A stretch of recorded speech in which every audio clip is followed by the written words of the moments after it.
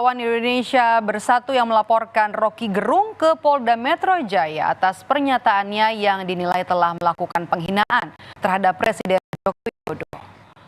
Relawan Indonesia Bersatu melaporkan Rocky Gerung ke Polda Metro Jaya dengan membawa alat bukti berupa video pernyataan Rocky Gerung dari akun YouTube Refli Harun. Dalam laporannya, Rocky Gerung disangkakan dengan pasal Undang-Undang ITE karena telah membuat kegaduhan atas pernyataannya yang dinilai menghina Presiden Joko Widodo. Selain Rocky, pengamat politik Refli Harun juga turut dilaporkan atas penyebaran melalui akun YouTube-nya. Membuat kegaduhan kan? Selama ini kita diam kan ini. Oke, udah siap. Beberapa saksi. Ini kerja cepat lah. Berapa saksi, Bang? Ada 2 saksi itu. Relawan dan masyarakat Indonesia sangat terganggu dan ini sudah memunculkan kegaduhan.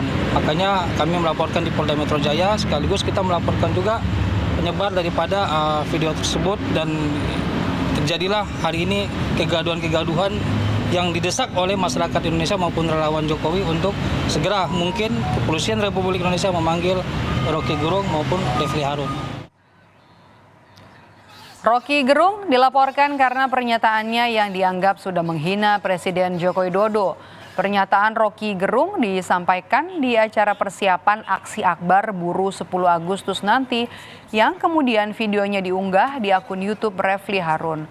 Rocky sendiri sudah membantah telah menghina, melainkan mengkritik kedudukan Jokowi sebagai presiden. Presidennya nggak mampu untuk mencabut. Jadi begitu ada tanda-tanda perubahan politik yang sifatnya people power, Agustus, 11 Agustus, 12 Agustus, 13 Agustus, 15 Agustus, kalian harus. Jangan kemana-mana saudara, usai jeda.